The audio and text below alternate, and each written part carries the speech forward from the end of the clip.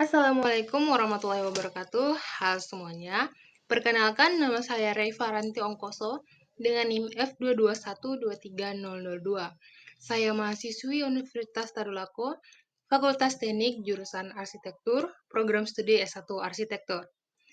Jadi, pada video kali ini itu merupakan jawaban dari soal-soal UTS mata kuliah Manajemen Konstruksi. Baik, saya langsung saja. Soal yang pertama, yaitu jelaskan apa yang dimaksud dengan manajemen proyek dan mengapa penting bagi organisasi untuk memiliki manajemen proyek yang efektif dalam mencapai tujuan mereka. Jadi sebenarnya apa sih manajemen proyek dan mengapa itu penting?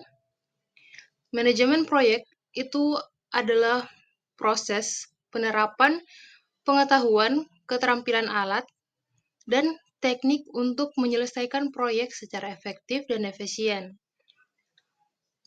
Manajemen proyek itu penting bagi organisasi karena membantu mengarahkan proyek agar dapat tepat waktu, sesuai anggaran, dan sesuai dengan ruang lingkup yang telah ditentukan. Dengan manajemen proyek yang baik, risiko kegagalan dapat diminimalkan dan sumber daya digunakan bisa secara optimal. Dan referensinya dari Project Management Institute tahun 2021, yaitu buku A Guide to the Project Management Body of Knowledge. Selanjutnya nomor 2, yaitu sebutkan dan jelaskan 5 tahap utama dalam siklus hidup proyek. Pada setiap tahap, apa saja kegiatan penting yang harus dilakukan oleh manajer proyek? 5 tahap itu yaitu yang pertama ada inisiasi, yang mana manajer proyek itu mengidentifikasi kebutuhan proyek dan membuat dokumen project charter.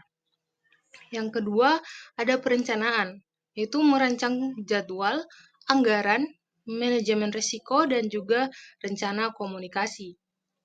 Yang ketiga ada pelaksanaan, yaitu mengarahkan tim, mengalokasikan tugas, dan juga mengolah pelaksanaan pekerjaan. Yang keempat ada pengawasan dan pengendalian, memantau kemajuan proyek, membandingkan dengan rencana, dan melakukan penyesuaian.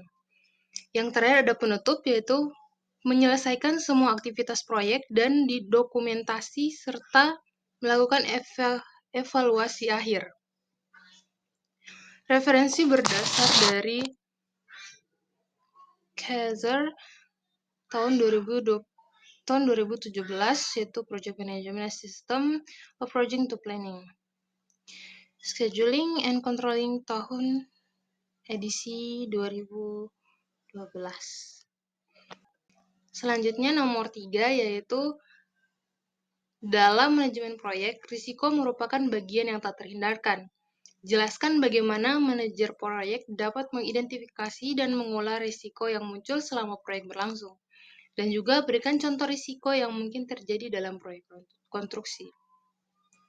Manajemen risiko proyek dan juga contoh risiko konstruksi. Risiko adalah bagian tak terhindarkan dalam proyek. Manajer proyek dapat mengidentifikasi risiko melalui analisa SWOT, transforming, atau data historis. Setelah itu, risiko dinilai dan dibuat rencana mitigasinya. Selanjutnya, contoh risiko dalam proyek konstruksi yaitu seperti keterlambatan pengiriman material, kecelakaan kerja, ataupun perubahan desain akibat regulasi yang baru. Referensinya berdasarkan dari Widerman RM tahun 1992. Lanjut, nomor keempat, yang soalnya yaitu bagaimana konsep triple constraint, yaitu waktu, biaya, dan kualitas mempengaruhi pengolahan proyek. Jelaskan bagaimana manajer proyek harus menyeimbangkan ketiga elemen tersebut untuk mencapai keberhasilan sebuah proyek. Triple constraint yaitu waktu, biaya, dan juga kualitas. Triple ini menggambarkan 3 batasan utama proyek, yaitu waktu, biaya, dan kualitas. Jika salah satu berubah, dua lainnya ikut terpengaruh. Manajer proyek itu harus mampu menyeimbangkan ketiganya agar tujuan proyek tetap tercapai. Misalnya mempercepat waktu pengerjaan bisa meningkatkan biaya dan pengaruh kualitas. Referensinya itu dari Information Technology Project Management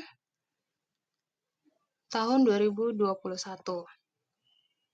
Selanjutnya nomor 5.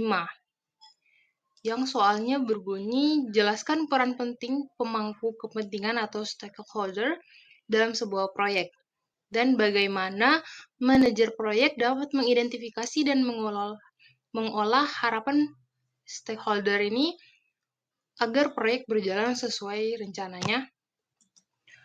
Jadi, stakeholder ini adalah sebuah individu atau kelompok yang memiliki kepentingan dalam proyek mereka, bisa mempengaruhi atau dipengaruhi oleh hasil proyek manajer. Manajer proyek harus mengidentifikasi stakeholder sejak awal dan membangun komunikasi yang efektif untuk mengolah harapan mereka. Ini dapat dilakukan melalui analisis stakeholder dan rencana komunikasi. Berdasar referensi dari Freeman, R.E. tahun 2010 mengenai strategi manajemen stakeholder approach Cambridge University Press. Lanjut pada nomor ke-6 dengan bunyi soal proyek dapat mengalami perubahan yang tidak terduga, baik dari segi waktu, biaya maupun skop. Jelaskan bagaimana manajer proyek sebaiknya mengolah perubahan ini melalui proses manajemen perubahan proyek atau change management. Oke, jadi yang keenam ini manajemen perubahan proyek atau change management. Itu perubahan bisa saja terjadi selama proyek berlangsung, seperti perubahan skop, waktu, atau biaya. Manajemen perubahan ini melibatkan proses identifikasi perubahan, analisis dampak, persetujuan dari pihak terkait, dan penerapan. Tanpa manajemen perubahan yang baik, proyek bisa keluar dari kendali. Berdasarkan referensi Project Management Institute tahun 2021. Next, selanjutnya nomor 7.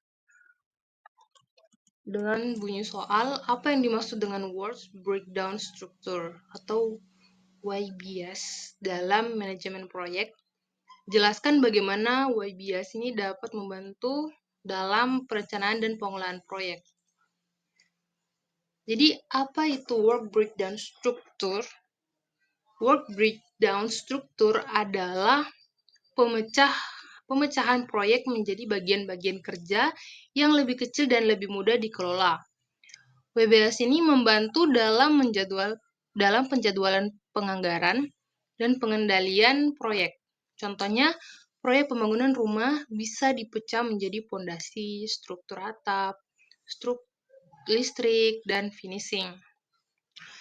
Berdasarkan dari referensi Project Management Institute tahun 2006. Selanjutnya yang terakhir yaitu nomor 8, manajer proyek harus memiliki keterampilan komunikasi yang baik. Jelaskan mengapa komunikasi yang efektif sangat penting dalam proyek dan berikan contohnya bagaimana komunikasi yang buruk dapat berdampak pada keberhasilan sebuah proyek. Yang ke-8 yaitu pentingnya komunikasi dalam proyek dan juga apa contoh buruknya. Jawabannya, komunikasi yang efektif menjaga semua pihak dalam proyek berada dalam hal yang sama. Tanpa komunikasi yang baik, bisa terjadi miskomunikasi yang berdampak besar pada keberlanjutan proyek tersebut. Contoh buruknya, jika tim teknis tidak menerima update terbaru dari desainer, bisa menyebabkan pembangunan yang salah arah dan merugikan biaya serta waktu. Berdasarkan dari referensi Verma Vika tahun 1996, yaitu Organizing Project for Success Project Management Institute. Baik, saya rasa Itu saja dari saya ucapkan terima kasih dan mohon maaf bila ada salah kata. Sekali lagi saya ucapkan terima kasih. Wassalamualaikum warahmatullahi wabarakatuh.